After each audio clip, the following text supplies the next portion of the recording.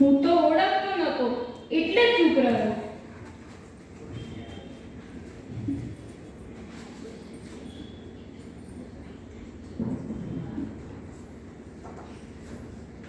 હું ઓળખતો હતો છતાંય ચૂપ રહ્યો.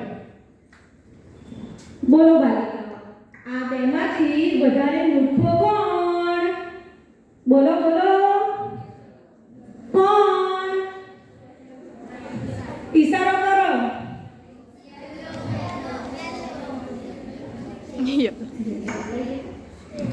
બરાબર.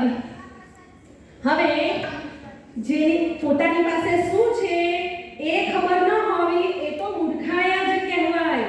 પરંતુ જેને ખબર છે અને છતાં પણ જો મૂર્ખાઈ કરે તો એ તો મહામૂર્ખ કહેવાય. મહામૂર્ખ. શું કહેવાય બાલિકાઓ? મહામૂર્ખ. તો હવે આજે હું તમને એવા એક મૂર્ખના સરદારની વાત કહું છું અને હું ગવડાવું એમ તમારે બધાએ મારી સાથે ગાવાનું છે. એક હતો મૂર્ખનો સરદાર, વાત કહું એની અસરદાર, સાંભળીને ભાઈ કરો વિચાર, એક હતો મૂર્ખનો સરદાર. ચમનપુર નામનું સરસ મજાનું રળિયામણું ગામ. આ ગામને પાદર એક કૂવો અને કૂવાની પાછળ નાની નાની ટેકરીઓ, એની બાજુમાં ખુલ્લું મેદાન. હવે આ ગામમાં રહેતો અમથો ભરવાડ. એને જાજુ લખતા વાંચતા ના આવડે, પરંતુ અમથો ખૂબ જ ભલો ભોળો. કેવો બાલિકાઓ? ભલો ભોળો. એને ટીમલી બહુ વાલી. ટીમલી એની બકરી દોડી દોડી અને માથે કાળું ટપકું. હવે આ અમથો એ રોજ ટીમલીને લઈ અને ટેકરીએ ચરાવવા માટે જાય. એક દિવસ બાલિકાઓ એવું બન્યું કે અમથો એ ટીમલીને લઈ અને ટેકરીએ ચરાવવા માટે ગયો હતો. તો ત્યાં એવું બન્યું કે એને પાણી પાણી એવો અવાજ સંભળાયો. અમથાને થયું કે આ નિર્જન વિસ્તારમાં અહીંયા આવી કૂવો કોણ પાડતું હશે? એટલે એ અવાજની દિશામાં દોડ્યો અને ત્યાં જઈને જોયું તો એક વૃદ્ધ ઋષિ મુનિ એ ઝાડની નીચે તરસથી તડફડતા હતા.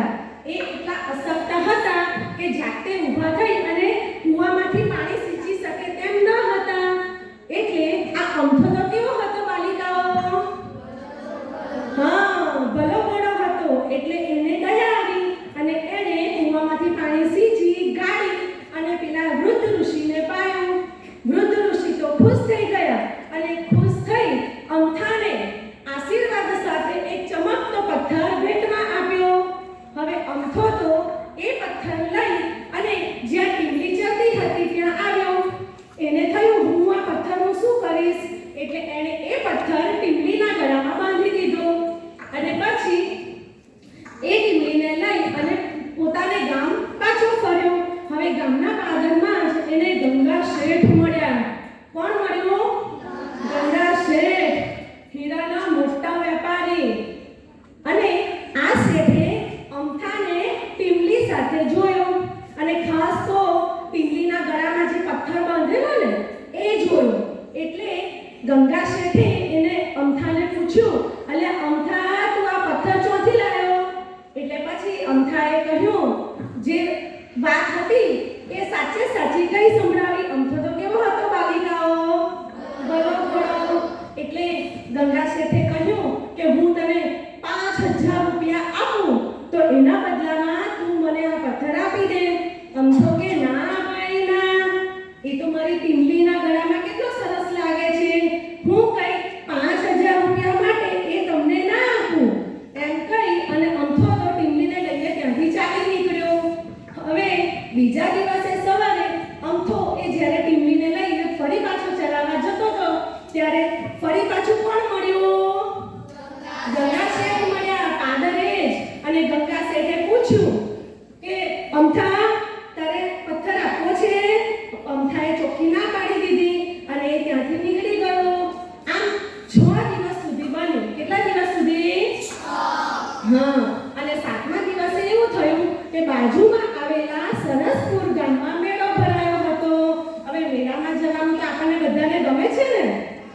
હા, તો આ અમથો પણ એની ટીમલીને લઈ અને મેળામાં ફરવા ગયો.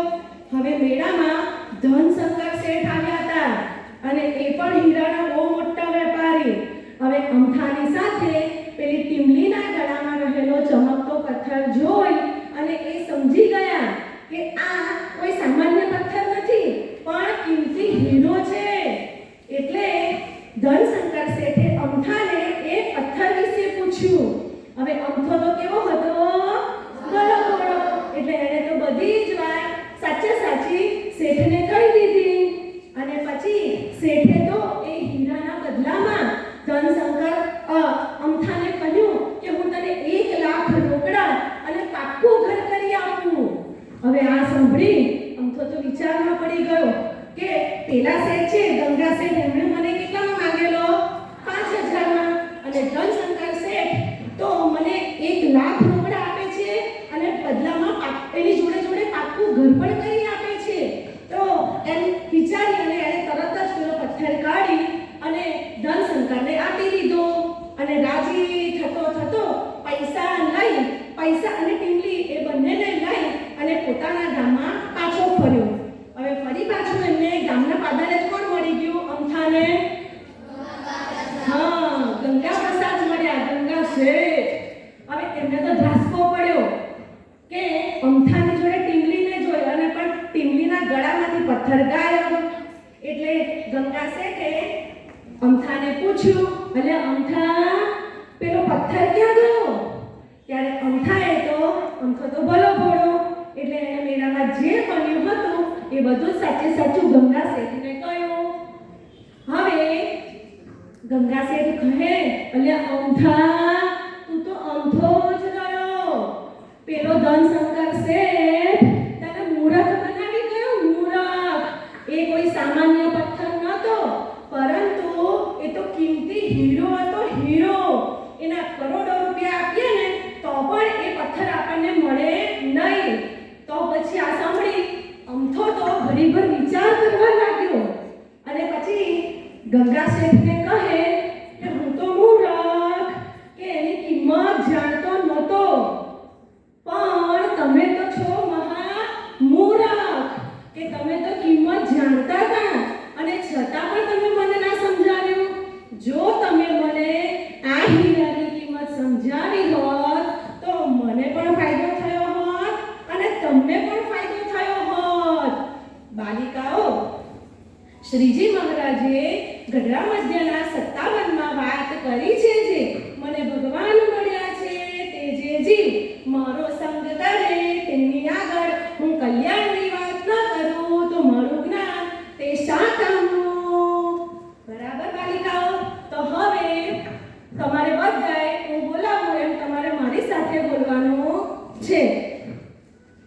સમજો અને સમજાવો, સમજો અને સમજાવો, સમજો અને સમજાવો, સમજો અને સમજાવો, કલ્યાણની વાત ઘૂંટાવો, કલ્યાણની વાત ઘૂંટાવો, ગંગા શેઠ બનશો નહીં, ગંગા શેઠ બનશો નહીં, કદીએ પાછા પડશો નહીં. કદીએ પાછા પડશો નહીં. સરસ. હવે જુઓ, તમને બધાને ખબર છે કે આપણને પણ આવા હીરાની પ્રાપ્તિ થઈ છે. બોલો